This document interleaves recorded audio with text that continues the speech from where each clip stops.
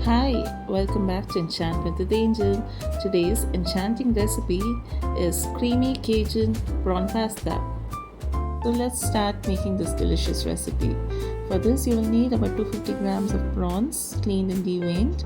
Mix it along with a teaspoon of Cajun spice and let it marinate for 10 minutes. Heat some oil in a pan and add this marinated prawns and let it cook for about 3 minutes.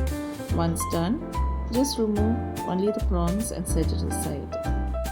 And in the same pan, add a puree of 2 tomatoes and cook well till the raw smell goes. And once the raw smell goes, add a teaspoon of Cajun spice along with half a spoon of chili powder. Fry for a minute, and to this add 200 ml of fresh cream. Now it's time to add the fried prawns. Mix it well. Now add about 200 grams of cooked pasta. Gently mix it well till it's all coated well in the sauce. Serve this creamy pasta hot. Do try out this yummy pasta and let me know. Until we meet again, bye. Happy cooking.